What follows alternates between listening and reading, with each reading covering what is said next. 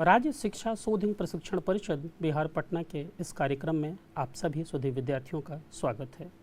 आज का विषय कक्षा नवम के हिंदी विषय है, जिसमें प्रथम पाठ पे हम आज बातचीत करेंगे, उसकी समझ बनाने का प्रयास करेंगे। प्रथम पाठ जिसका शीर्षक कहानी का प्लॉट है और जिसके लेखक आचार्य शिवपूजन सहाय हैं। मूलतः कहानी का प्लॉट अपनी विधा में कहानी है, लेकिन इस शीर्षक से उस कहानी के मर्म का पता नहीं चलता है या कहानी का कथानक जुड़ता हुआ प्रारंभ में महसूस नहीं होता है।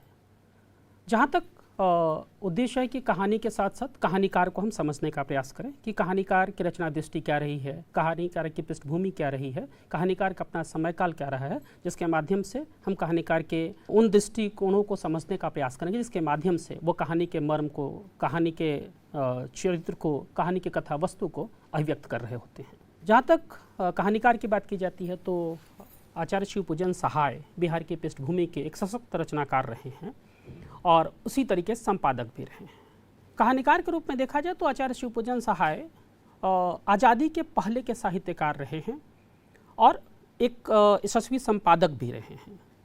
मोटे तौर पे गांधी के विचारों से प्रभावित रहे, असहयोग आंदोलन में उनकी अपनी भूमिका रही है और साथ ही साथ उन्होंने अपनी पूरी ज़िंदगी हिंदी साहित्य के उन्नति के लिए, विकास के लिए, हिंदी साहित्य के कल्याण के लिए उन्हें समर्पित किया। बिहार पटना में अवस्थित राष्ट्रभाषा परिषद उन्हीं की कल्पना का साकार रूप है। तो इस तरह से देखा जा सकता है कि आचार्य शिवपूजन सहाय बिहार के प्रारंभिक खड़ी बोली के साहित्यकारों में एक रहे हैं। दूसरी चीज़ अगर देखा जाए, बिहार के बक्सर जिले के उनवास गांव में 9 अगस्त 1893 को जन्म हुआ था और सबसे बड़ी चीज़ कि इन्होंने आंचलिकता को जन्म देने का प्रयास किया। खास करके एक इनकी बहुचर्चित उपन्यास है देहाती दुनिया, एकमात्र उपन्यास है जिसमें आंचलिक भावबोध को पहली बार नजर आ रहा होता है। आंचलिक भावबोध उस उपन्यास में दृष्टिगोचर हो रहा होता है। दूसरा जो महत्वपूर्ण फलक है वो कि अगर देखा जाए तो इनकी भाषा में एक तरह की प्रवाह दिखाई पड़ती है। भाषा में एक लोक भाषा है, भाषा बेहद सहज और व्यवहारिक होती है।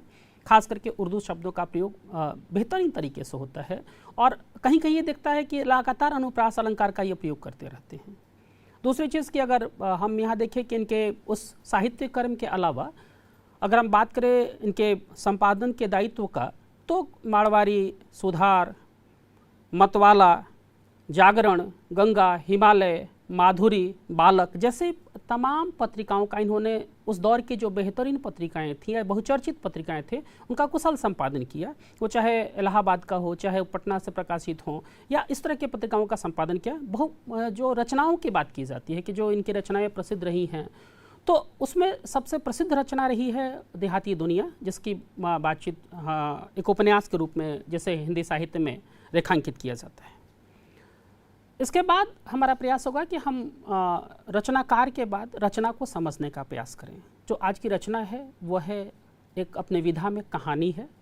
आप सब वाकिफ़ हैं कि कहानी गद्य की एक विधा है। साहित्य में 2 विधाएं हैं, गद्य और पद्य, या पद्य को हम काव्य भी कहते हैं। तो जिस तरह से गद्य की और विधाएं हैं, चाहे कहानी है, उपन्यास है, रेखाचित्र है, आत्मकथा है, जीवनी है, रिपोर्टाज है, यात्रा वृत्तांत है, ये बहुत सारी विधाएं हैं। तो उसमें कहानी एक विधा है और कहानी एक सर्वस्वीकृत विधा है और कहानी एक सहज विधा है जो हम विद्यार्थियों को आकर्षित करती है और शायद वो जीवन पर प्रभाव भी कहानी डालती है। अगर हम किसी भी साहित्यकार, रचनाकार को देखें तो, या किसी महापुरुष को देखें तो उनकी कहानी उनके जीवन पे बेहद प्रभाव डालता है। और यहाँ पे गांधी की बात, अगर राष्ट्रपिता महात्मा गांधी की बात करूँ मैं, तो गांधी जी अपने जीवन के बारे में कहते हैं कि उन्होंने सत्य हरिश्चंद्र की कहानी या श्रवण कुमार की कहानी उनके जीवन को अपने आप में एक दिशा देने में पर्याप्त प्रभावी रही है। तो इस तरीके से कहानी, यहाँ पर आज की जो कहानी है वो कहानी का प्लॉट है। कहानी का प्लॉट शीर्षक जो है उस पर हम बात करते हैं कि यह कहानी का प्लॉट शीर्षक क्यों है। तो प्लॉट का स्पष्ट अर्थ है कि इसमें कहानी तो स्पष्ट है कि जो कहा सुना जाए, जिसमें अपने आप में मूल हो, रचना हो, एक संदेश हो, और वहाँ पे कहानी है। लेकिन दूसरा प्लॉट का जो अर्थ होता है वो देखा जाए तो एक भूखंड के रूप में देखते हैं, हमने एक सामान्य सर देखते हैं। लेकिन यहाँ पे प्लॉट का अर्थ एक कथा वस्तु है, एक कथानक है, इस कहानी का प्लॉट है। तो रचनाकार शायद ये बताने का प्रयास कर रहे हैं आचार्य सहाय कि ये एक ऐसा प्लॉट है जिस कहानी में, जिसका वो लेख करेंगे आगे, वो किसी को भी सहज भाव से आकर्षित कर लेगा या किसी को भी वो आमंत्रित करेगा कि इस विषय पर वो कहानी लिखें। और यहाँ पर एक घोषणा वो करते हैं, वो कहानी की शुरुआत यहीं से होती है। वो एक मतलब आत्मगवाही जैसा कुछ है कि मैं कहानी लेखक नहीं हूँ, कहानी लिखने योग्य मुझ में प्रतिभा नहीं है, कहानी लेखन को स्वभावतः कला मर्मज्ञ होना चाहिए और मैं साधारण कलाविद भी नहीं हूँ, किंतु कुशल कहानी लेखकों के लिए एक प्लॉट पा गया हूँ। आशा है इस प्लॉट पे वे अपनी भड़कीली इमारत खड़ी करेंगे। अर्थात स्पष्ट है कि कहानीकार के रूप में आचार्य शिवपूजन सहाय किसी भव्य इमारत की कल्पना नहीं करते हैं, बल्कि उन्होंने जो देखा है, जो समझा है, जो महसूस किया है, उसे बेहद संजीदगी के साथ, बेहद साधारण सी भाषा में, आम बोलचाल की भाषा में वो पाठकों के समक्ष रखते हैं, पाठकों से उस पर चर्चा के लिए आमंत्रित करते हैं और उनमें एक संवेदनशीलता जागृत करते हैं। और स्वाभाविक है वो कहानी एक ऐसी कहानी है जो साहित्य के धरातल पे बहुपठित है, बहुत चर्चित रही और लंबे समय तक उससे चर्चा की जाती रही है। तो ये एक बेहतर सौभाग्य आज के विद्यार्थी उस कहानी से परिचित हों और 60 के दशक की वो कहानी बच्चों में एक तरह के नए भावबोध को, एक सामाजिक कुरीति को या सामाजिक विषमता को अपने आप में चुनौतीपूर्ण रूप से वो सोचने को उन्हें आमंत्रित करती है, उनके समझने का आमंत्रित करती है। तो कहानी का प्लॉट ये है। तो कहानी के प्लॉट को समझने के लिए बेहतर है कि हम कथानक से होकर गुजरते हैं। वो कथानक क्या है? तो स्वाभाविक से कथानक अगर हम देखें तो कथानक की शुरुआत होती है, बहुत साफ कहानीकार स्पष्ट रूप से घोषित करते हैं और बड़े संकोच के साथ घोषित करते हैं। वो कहते हैं कि हम शायद आप पाठकों को पसंद नहीं आएगा कि मेरे एक छोटा सा गंवारू गाँव है, नाम ही है गंवारू, जो लेखक की जो जन्मस्थली है उसके बगल का वो गांव है। और वहाँ पर जो गंवारू गांव हुआ, एक बूढ़े सज्जन मुंशी जी हैं, जिनके एक बाद के दौर में हम देखते हैं कि नन्ही सी बेटी है जिसका नाम है भगजुगनी। और भगजुगनी नाम भी अपने आप में आश्चर्य लगता है। भगजुगनी का हम सब भोजपुरी में भगजुगनी को अपने आप में एक जिसको हम उड़गन कहते हैं या जिसे एक कीड़े मकोड़े के रूप में देखते हैं जो रात में प्रकाशित करता है, तो उस तरीके से वो भगजुगनी है। तो उसके अलावा दूसरा परिचय वो देते हैं, कहानी की शुरुआत करते हैं कि मुंशी जी के बड़े भाई पुलिस में दरोगा थे और जिसके बारे में कहानीकार का कथन है कि दरोगा जी ने 8-10 पैसे का करीमा और खालिक बारी पढ़कर जितना रुपया कमाया था उतना आज कॉलेज और अदालत की लाइब्रेरियाँ चाटकर वकील होने वाले भी नहीं कमाते। अर्थात दरोगा को लेकर एक तरह की जो आम मंतव्य है या आम सोच है उस पर एक व्यंग करते हैं कि दरोगा जी के पास आमदनी के पर्याप्त स्रोत थे। लेकिन एक विडंबना भी है, उस विडंबना की ओर भी कहानीकार इशारा करते हैं कि दरोगा जी ने चाहे जिस तरीके से धन कमाया हो, वे अपनी जीवन में उसको फूंक ताप डाला। इस तरह की भाषा है उनकी, फूंक ताप डालना अर्थात खत्म कर देना, नष्ट कर देना। और इसकी ओर संकेत करते हैं कि जब उनके पास एक अंतिम धन बचती है दरोगा जी के पास, वह है उनकी घोड़ी जो महज 7 रुपये की थी। और वैसी घोड़ी थी जो तुर्की घोड़ों का कान काटती थी, अर्थात लेखक के शब्दों में कमबख्त बारूद की पुड़िया थी। अर्थात अपने आप में बेहद सशक्त घोड़ी थी, वो तीव्र दौड़ने वाली घोड़ी थी और उस घोड़ी ही उनकी एकमात्र पूंजी थी। और सच ये देखा जाए कि घोड़ी के प्रति उनका एक मोहब्बत था और आश्चर्य होगा कि घोड़ी के कारण दरोगा जी का प्रमोशन तक नहीं हो पाता है। बहुत सारे गोरे उस घोड़ी को प्राप्त करना चाहते हैं कि दरोगा जी उससे इनकार करते हैं। और यह मोहब्बत का ही कारण था कि दरोगा जी की मृत्यु के पश्चात इस घोड़ी को बेचकर उनके छोटे भाई अर्थात मुंशी जी ने उनका श्राद्ध कर्म किया और बड़े भाई के ऋण से उऋण हुए मुक्त हुए। लेकिन दूसरा पक्ष ये है, वो पक्ष ये है कि जब दरोगा जी थे तो जो घर के हालात थे वो अपने आप में बेहद आकर्षित करने वाले हालात थे। वो एक अभिजात्य संस्कृति दिखती थी या एक रौब-दाब दिखता था। और उसे लेखक इन शब्दों में रखते हैं कि दरोगा जी के जीवन में मुंशी जी का जीवन बेहद अमीरी में गुजरा था। खूब घी के दिए जलाए थे मुंशी जी ने, गांजे भी पीते थे मुंशी जी तो बढ़िया सा इत्र मिलाकर पीते थे। उस घर में चीलम कभी ठंडी नहीं हो पाती थी। और एक व्यंग है कि 1 जून में 32 बटेर और 14 चपातियाँ मुंशी जी उड़ा दिया करते थे और हर साल एक नया जलसा उनके घर पे हुआ करता था। तो अर्थात जिस तरीके से आमदनी थी उस तरीके से प्रवाहित की जाती थी। अर्थात आमदनी का जैसे अन्यत्र स्रोत था या वो कहा जा सकता है कि आमदनी का जो स्रोत था वह बहुत अनुशासित नहीं था, तो वह व्यय भी उसी अनुशासित तरीके से होता था, पानी पैसे की तरह बहाए जाते थे। तो लेखक यहाँ पे बताने का प्रयास करता है कि वो आर्थिक परिस्थिति और सामाजिक परिस्थिति क्या थी जिसमें कि ये परिवार पल बढ़ रहा होता है। फिर कथानक में हम आगे बढ़ते हैं तो ये दिखाई पड़ता है हम कथानक में आगे बढ़ते हुए कि दरोगा जी जब तक है उस जीवन में एक तरह की आर्थिक सुधरता है, आर्थिक रूप से संपन्नता है, लेकिन सच ये है अगर इसके बाद हम देखें कि उस आर्थिक सुधरता के बाद भी जो दूसरा पक्ष है कि वो जब दरोगा जी की मृत्यु हो जाती है तो उस घर में एक तरह की चुनौती भी दिखती है, जिसे हम कथानक के दूसरे भाग में देखते हैं कि चुनौती ये है कथानक में कि दरोगा जी की मृत्यु होती है और अचानक मुंशी जी जो प्रौढ़ अवस्था में हैं उनको एक कन्या संतान होती है, और कन्या संतान उनके 4-5 बच्चों की मृत्यु के पश्चात, जो 4-5 बेटे थे उनके मृत्यु के पश्चात होता है। और घर की स्थिति ये होती है कि जो कभी बटेर उड़ाया करते थे, चपाती उड़ाया करते थे, आज मटर के सत्तू पे जीवन चलने की बाध्यता है, चने चबेने का उपयोग किया जा रहा है। गरीबी का आलम ये था कि रूखी सूखी देह के लिए चुल्लू भर करवा तेल मिलना मुहाल हो गया था। यहाँ पे लेखक एक बेहद मार्मिक सी बात करते हैं, किस्मत की फटी चादर का कोई रफूगर नहीं होता। तो सच यह है कि शायद नियति थी, उनकी किस्मत थी मुंशी जी की, जो जीवन में उन्होंने एक तरह का भाव देखा था, एक प्रभाव देखा था, एक अमीरी देखी थी, दोनों हाथ से धन को लुटाना और अभिजात्य में जीना सीखा था। वो सब कुछ खत्म हो चुका था और उनकी किस्मत अगर सब फटी थी जिसका कोई रफूगर नहीं होता। अगर कोई चीज़ फट जाए घर के, मतलब जो सामने दिखता है, जो फटा हुआ जो वस्तु है हमारे आसपास है, उसे तो रफू किया जा सकता है, कि किस्मत अगर फट गई, किस्मत रूपी चादर फट गई हो, शायद नियति उसे ठीक कर सकती है, वो इंसान के बस की बात नहीं है। तो शायद यहाँ संकेत कहानीकार ये करना चाहते थे। और दूसरी बात उन्होंने स्पष्ट रूप से कही, फिर कहानीकार ने कहा कि थानेदारी की कमाई और फूस का तापना दोनों बराबर है। अर्थात कहने वाले स्पष्ट कहते हैं कि जिस तरीके से कमाई हुई थी, जिस गलत तरीकों से कमाई हुई थी, वो गलत तरीकों से खत्म भी हो गई। और यथार्थ क्या था, तो गरीबी की निर्मम मार थी। और सच ये था कि अब मुंशी जी की सामाजिक हैसियत खत्म हो गई थी, सामाजिक पहचान खत्म हो गई थी, आर्थिक रूप से खत्म हो गए थे, और इस विकट परिस्थिति में, इस त्रासदीपूर्ण स्थिति में एक बिटिया का जन्म हो चुका था।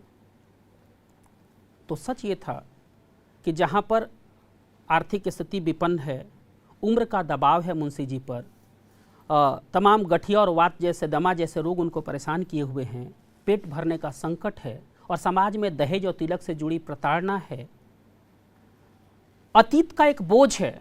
सबको लगता है कि इन्होंने अपव्यय किया है, साधनों को बर्बाद किया है, पैसे को दोनों हाथ से उड़ाया है अपने व्यसन को पूरा करने के लिए। तो सच ये है कि कहानीकार जैसे एक बेहद संजीदे शब्द में व्यक्त करते हैं, और ये साहित्य की एक बहुचर्चित पंक्ति है कि अमीरी की कब्र पर पनपी हुई गरीबी की घास बड़ी ही जहरीली होती है। लगातार हमारे परीक्षाओं में पूछा जाती है कि इसके स्पष्ट कीजिए। तो स्पष्ट करने का उद्देश्य होता है कि इस पंक्ति को स्पष्ट करें। तो सच ये है कि जहाँ अमीरी पे जो जीता हुआ जो समाज है या जो जीते हुए व्यक्ति हैं, वो स्वाभाविक रूप से उन्हें जीवन को अभिजात तरीके से, जीवन को अपने आराम से जीने की आदत हो जाती है, वो अनुशासन उनका खत्म हो जाता है। और जब उनकी वो संपत्ति, वो धन का क्षय होता है, तो फिर उनके जीवन बहुत नारकीय हो जाती है, बहुत यातनाएं उनको सहनी पड़ती हैं, बहुत विपन्नता में सहनी पड़ती है, और अतीत में जीने लगते हैं। तो सच है कि जिनके जीवन में एक तरह की शुरू से एक सामान्यता रहती है, वो जीवन को आसानी से जी पाते हैं। लेकिन जो जीवन में अमीरी का शौक जिनको लगा है, अमीरी की तरह आर्थिक संपन्नता में जिए, बाद के जीवन में अगर वो उनकी संपन्नता खत्म होती है, तो जीवन उनकी बहुत मर्मांतक, बहुत पीड़ादायी होती है, बहुत कष्टकारी हो जाती है। शायद लेखक यहाँ ये कहना चाहते थे। और यहाँ पे देखें तो एक शब्द आता है, टूअर एक शब्द है, जो कि टूअर ऐसे बच्ची के लिए या बच्चों के लिए कहा जाता है जिसकी माँ की मृत्यु बचपन में, अल्प में हो जाती है, और उसे दूध भी नहीं मिलता है पीने को। तो शायद भगजोगनी जो मुंशी जी की पुत्री है, जो उनके प्रौढ़ावस्था में जन्म ली है, वह वैसी टूअर है जिसकी माँ की मृत्यु हो चुकी है, उसे दूध भी नसीब नहीं होता है। और लेकिन सच ये है कि भगजोगनी के प्रति लेखक की एक संवेदना है। वो कहता है कि वह अंधेरे घर की दीपक थी। लेखक बड़े चुनौतीपूर्ण शब्दों में कहते हैं कि वैसी सुघराई वाली लड़की किसी ने कभी नहीं देखी थी। ये अतिशय सुंदरता उस भगजोगनी की थी, उसमें वो बाल सुलभ सुंदरता थी। और सच ये था कि कहानीकार जब यहाँ देखते हैं उस भगजोगनी को, तो तो उन्होंने प्रत्यक्ष रूप से भगजुगनी को 11-12 वर्ष की अवस्था में देखा था। और कहानीकार ये बताने का प्रयास करते हैं कि जब उन्होंने देखा था उससे तो उसके कमर में एक चिथड़ा लपेटे हुए थे।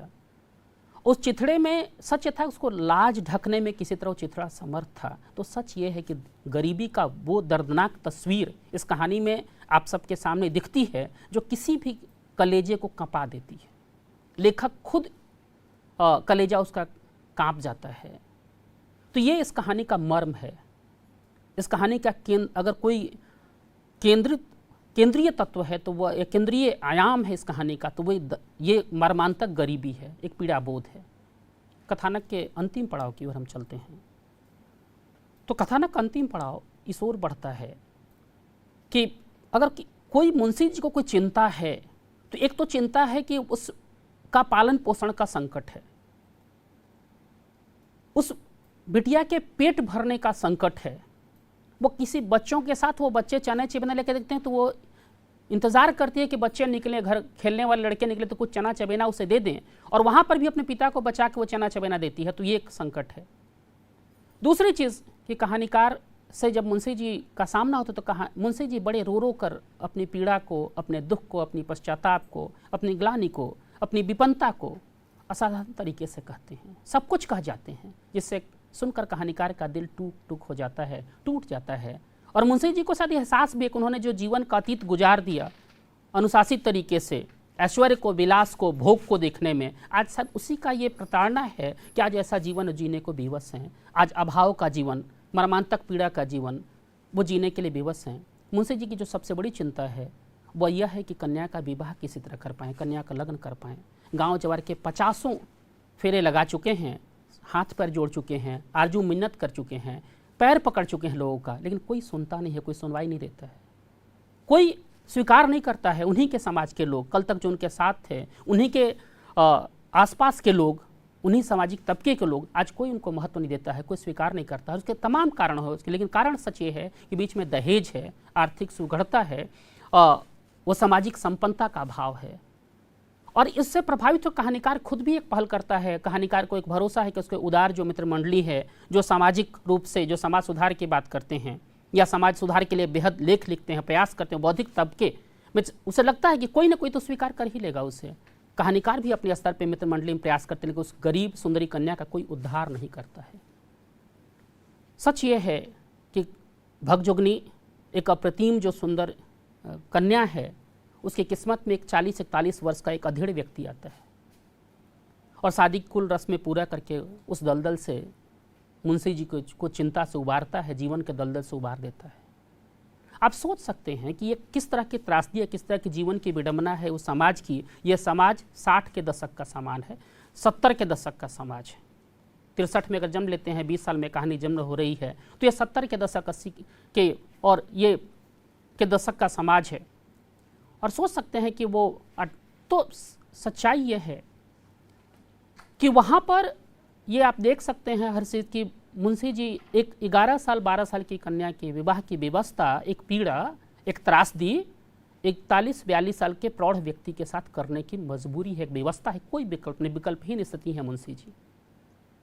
और कन्या के जाते मुंशी जी अकेले हो जाते हैं। एक बुढ़ापे में एक लकड़ी का सहारा उनका खत्म हो जाता है और अचानक दिन टन जाते हैं। गांव वाले गले में घड़ा बांधकर उन्हें नदी में डुबो देते हैं। कोई बचता तो है नहीं जो उनका कोई अंतिम संस्कार करे। और जब भगजुगनी के जीवन की, जो इस कहानी की केंद्रीय भूमिका में भगजुगनी है, जो कि अपने आप में निष्क्रिय पात्र, भगजुगनी इस पूरी कहानी में कहीं बातचीत नहीं करती है, कहीं सक्रियता से इस कहानी के कथानक में कहीं नहीं है, लेकिन भगजुगनी की सच ये है कि जब सौंदर्य से परिपूर्ण एक युवती बनती है तो उसका पहला पति कहाँ इस दुनिया से विदा हो चुका होता है। और लेकिन सच है उसका दूसरा पति है। और कौन है दूसरा पति? आप सबको पीड़ा देगा, एक क्षण आप सन्नाटे में जाएंगे, उसका सौतेला बेटा उसका दूसरा पति है। और कहानी यहीं खत्म हो जाती है, कथानक यहीं पूर्ण होता है। तो ये कथानक की यात्रा है जो शिवपूजन सहाय ने उस दौर में इस कहानी को लिखा था, और ये कहानी का प्लॉट है जो शीर्षक से अभिव्यक्त होता है। इसके आगे हम इस बात की ओर थोड़ी सी बातचीत करेंगे, ध्यान देंगे कि कहानी कहती क्या है, किस मर्म की ओर बात करती है। सच है कि इस कहानी में एक विडंबना है, इस कहानी में एक सामाजिक कुरीति है, इस कहानी में एक बेमेल विवाह है, इस कहानी में दहेज की समस्या है, इस कहानी में आय और व्यय के बीच असंतुलन से पनपा हुआ पीड़ा बोध है, सब कुछ इस कहानी में दिखता है। लेकिन इसके अलावा ये कहानी क्या कहती है, आज इस कहानी को हम सब क्यों पढ़ रहे होते हैं, यह कहानी किस मूल्यबोध की बात कर रही होती है। तो यहाँ पे देखते हैं कि कहानी के चरित्र कौन है। तो कहानी मूलतः आप देखेंगे तो 4 चरित्र हैं, उसमें 4 से 5 चरित्र, जिसमें 2 ही सक्रिय हैं।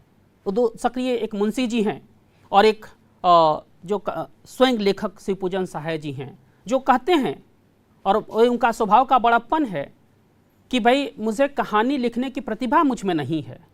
उनका ये विनोदी स्वभाव है जो वो खुद ही अपनी सीमाओं के बारे में पाठकों को वो अभिव्यक्त करते चलते हैं। बाकी जो 2 लोग जो निष्क्रिय इसमें भूमिका में जो चरित्र हैं कहानी के, वो दरोगा जी हैं, भगजोगनी है। बाकी चरित्र इस कहानी को निर्मित करते हैं जो कि अपने आप में बेहद अल्प समय के लिए आते हैं, और कहानी को लेकर निर्मित करने में, इस कहानी को शैली देने में, भाषा देने में, भावभंगिमा देने में, कहानी के घटनाओं परिघटनाओं को संयोजित करने में अगर किसी की भूमिका है तो वो भूमिका कहानीकार की स्वयं है और मुंशी जी की है। अब इस कहानी का मर्म क्या है, यह कहानी कहना क्या चाहती है, अगर उसकी ओर बात हम करें तो बहुत स्पष्ट रूप से कहानी अपने समकालीन जीवन, उस समय का जो तद्युगीन जीवन है, उसको समकालीन जीवन से जोड़ती है। जो विचित्रता, जो पीड़ा बोध, जो दहेज का संकट, जो सामाजिक अभिजात्य होने की पहचान उस युग में, उस काल में थी, आज भी उसे इस काल में देखा जा सकता है और वो बेहद संजीदगी से दिखता है। आप अपने आसपास के समाज में देख सकते हैं कि अगर इस तरह की कोई कन्या, इस तरह की कोई परिवार है तो उसे किस तरीके से सामाजिक अवहेलना का, सामाजिक उपेक्षा का, सामाजिक तिरस्कार का सामना करना पड़ता है। और यह हर समाज का एक सच है, हमारे जीवन के आसपास का एक सच है। इस कहानी में यह साफ दिखता हुआ नजर आता है।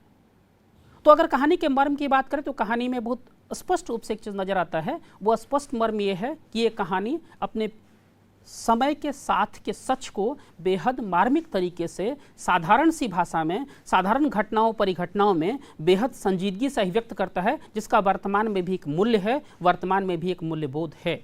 और ये कहानी कहीं ना कहीं हमें एक तरीके से जागृत करती है कि हम समाज में किस तरह का पहल कर सकते हैं, या किस तरह के विचारधाराओं को लेकर आ सकते हैं, या हम समाज के प्रति कितने जागरूक और संवेदनशील हैं।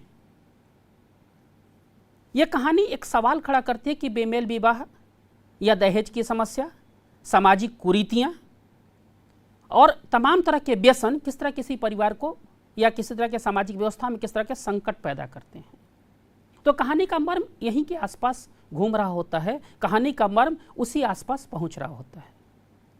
अगर इसके आगे हम देखें, कहानी के मर्म से आगे हम चलने का प्रयास करें तो कुछ सवाल हैं इस कहानी में, जो कि अगर देखें वो मर्म सवाल से जुड़े हुए हैं। अगर हम कहानी के मर्म को सारे समझें तो सवालों को लिखने में हमें आसानी हुई, कहानी को समझने में आसानी होगी। तो ये कहानी एक आत्मपरक शैली में लिखी है। लेखक अपने एक तरह से अतीत की यात्रा सुनाते हैं, अपनी मैं की शैली में कहानी लिखी गई है, जहाँ पर एक क्रूरता है समाज की, जिसमें कि भगजोगनी एक प्रौढ़ के गले बांध दी जाती है। तो विवाह संबंधी त्रासदी है, कहानी के माध्यम से भारतीय समाज की कुरीतियाँ या जो विषमता है उस पर प्रहार किया गया है। बुरे कर्मों का दुष्परिणाम होता है, यह बेहद अत्यंत मार्मिक रूप से, अत्यंत दुखद रूप में हमारे सामने समझ में आता है। कहानी का एक सबसे यथार्थ पक्ष है वह है कि सामाजिक जीवन में जो स्त्री की जो पीड़ा है, जो व्यवस्था है, उसे समझने को ज़रूरत है कि स्त्री की विडंबना क्या है कि स्त्री अपने सौतेले बेटे की पत्नी बनने का दुर्भाग्य स्वीकार करती है। तो इस स्त्री का क्या यह नियति है? एक सवाल कहानीकार हम सबके मन में छोड़ता है। क्या यह नियति स्त्री की है, या सामाजिक विडंबना है, या समाज का कि कोई एक संरचना है जो उसे इस इतने तक उसे विवश करती है? और एक अंतिम चीज़ कि कितना एक विपन्न, आर्थिक रूप से विपन्न, सामाजिक रूप से कमज़ोर व्यक्ति के साथ समाज कितना कठोर हो जाता है, समाज कितना सौतेला उत्पीड़क हो जाता है, इसे आप विद्यार्थी बेहद संवेदनशीलता के साथ समझ सकते हैं, महसूस कर सकते हैं, अपने आसपास के समाज में देखकर महसूस कर सकते हैं। एक कहानी और भी एक सच को सामने लाती है, जो लेखक अपने बात में कहता है कि जो लोग समाज सुधार की बातें करते हैं, जो समाज सुधार पर अपनी बातों को रखने का प्रयास करते हैं, वे लोग भी जब लेखक उनसे कहता है, उस भगजोगनी के बारे में चर्चा करते हैं, उसकी सारी आर्थिक, सामाजिक, उसकी पारिवारिक, सौंदर्य की परिस्थिति सब कुछ रेखांकित करता है, फिर भी कोई नहीं होता है। और लेखक व्यंग में कहता है कि यहाँ तक कि प्रौढ़ावस्था के रणुए मित्र भी राजी नहीं हुए। तो सच ये है कि यह कहानी जितनी सच, जितनी यथार्थ, जिन मूल्यवेदों और विसंगतियों को जागृत करने वाली कहानी उस दौर में थी, आज महत्वपूर्ण आज के दौर में भी ये कहानी है। तो ये उद्देश्य था आज की कहानी का कि हम इस कहानी का प्लॉट, ये कहानी का प्लॉट था जो कथानक के माध्यम से दिखाई पड़ा कि कितनी विषमतापूर्ण है, कितनी निर्ममता है, कितना समाज का एक कुत्सित तस्वीर है जिसकी सारी की सारी वेदना, सारी की सारी पीड़ा, सारी के सारी शिकार उस एक अकेले भगजोगनी को बनना पड़ता है। और कहानी के सन्नाटे में अंत होती है कि वो उसका दूसरा पति है, कौन? उसका सौतेला बेटा, और एक झकझोर देती है कहानी हम सबको। तो अब हम इसके प्रश्न वाले खंड पे चलें। कुछ प्रश्न हैं जिस पे कि हमें एक बार ठहर के बातचीत करने की जरूरत पड़ती है। तो बहुत सारे प्रश्न पे हम बातचीत करते चले हैं। कुछ ऐसे प्रश्न हैं कि दरोगा जी के तरक्की रुकने की वजह क्या थी। तो स्पष्ट है कि दरोगा जी के तरक्की रुकने की वजह उनके घोड़ी के प्रति मोहब्बत थी। जो वो गोरे भी उनसे घोड़ी मांगते थे तो वो देने को तैयार नहीं होते थे। उनकी उस घोड़ी से उनका प्रतिम लगाव था और घोड़ी सच में उनके लिए बारूद की पुड़िया थी और वह अपने प्रमोशन को या अपनी तरक्की को बहुत महत्वपूर्ण नहीं समझते थे। इन घोड़ी के साथ उन्होंने एक नैसर्गिक न्याय किया और उसका देखभाल किया, या और घोड़ी भी अंत में अपने को चुकाकर उनका उद्धार कर गई। तो सच ये था। तो दरोगा जी के रुकने का मूल वजह यही थी। दूसरी चीज़ है कि लेखक ने ऐसा क्यों कहा, पहले भी स्पष्ट कर चुका है कि लेखक का बड़प्पन है, उनकी साफगोई है, उनकी सादगी है, उनकी ईमानदारी है, वो गांधीवादी चेतना और चिंतन है जो लेखक अपने आप को विसार के सबके लिए खोल देते हैं। और लेखक को लगता है कि शायद ये लेखक की हमारी लेखक को बार बार एहसास होता है कि हमारी लेखन में वो शक्ति नहीं है जो भगजोगनी के सौंदर्य को, भगजोगनी के संदर्भ और विषमताओं को रख पाता। शायद उनके अंदर ये पीड़ा बोध है कि वो और बेहतर तरीके से रख सकते थे। ये चीज़ अगर छूट रहा है तो शायद वो लेखक में ये बात थी, इसलिए उन्होंने कहा कि मेरी लेखन में इतनी जोर नहीं है। एक और भी चीज़ थी, एक और सवाल बार बार होता है कि भगजोगनी का सौंदर्य बोध क्यों नहीं खिल सका। तो सच था, भगजोगनी के पास न जीवन था, न स्वास्थ्य था, न पोषण था, न संरक्षण था, खाने के संकट थे। तो एक कुपोषित बचपन, एक कुपोषित उभरता हुआ ऐश्वर्य कैसे, एक किशोरावस्था कैसे बन पाएगा। तो 11-12 साल की एक बिटिया, एक कन्या, वो जब खाने के नहीं है, जो चने चबेने पे जीवन जीते, उसके जीवन में क्या आएगा। तो सच ये था, घर में कोई नहीं था जो उसे कुछ भी सिखा पाता। तो जीवन के सारे अभाव, सारी पीड़ा उसको घेरे हुए थी। तो सच था कि उसका सौंदर्य खिल नहीं पाता है। और आप सब वाकिफ है कि जब सौंदर्य खिलता है तो उसके पति दिवंगत हो चुके होते हैं। एक सवाल बार बार होता है कि मुंशी जी फांसी लगा के क्यों मरना चाहते थे। तो मुंशी जी शायद फांसी लगाने के लिए इसलिए विवश थे कि समाज सुनता नहीं था। अतीत की जो जिस तरह से उन्होंने मुक्त हस्त दान किया था, अपने व्यसन में चीज़ों को उड़ाया था, वो उनको पीड़ादायी लगता था दरोगा जी के साथ में, और अतीत की यादों से वो बौखला जाते थे। और आज जब समाज उनके ओर से बेरुखा हो चुका था, समाज उनको तिरस्कृत कर चुका था, तो स्वाभाविक था कि वहाँ पे कुछ बचा नहीं था। तो इसलिए और पुत्री की शादी के लिए बेहद परेशान थे, विवश थे। उनको लगता नहीं था कि इस जन्म में वो पुत्री का कन्या दान कर पाएंगे, इसलिए वो गले में फांसी लाकर मर जाना चाहते थे। इस जीवन को जीने से बेहतर उनको ये लगता था। जो उऋण होने वाला सवाल है कि भाई से उऋण कैसे हो, बता चुका था। घोड़ी के दान के बाद घोड़ी की मोहब्बत ही थी कि वो अपने भाई दरोगा जी के श्राद्ध कर पाए, उससे उऋण हो पाए।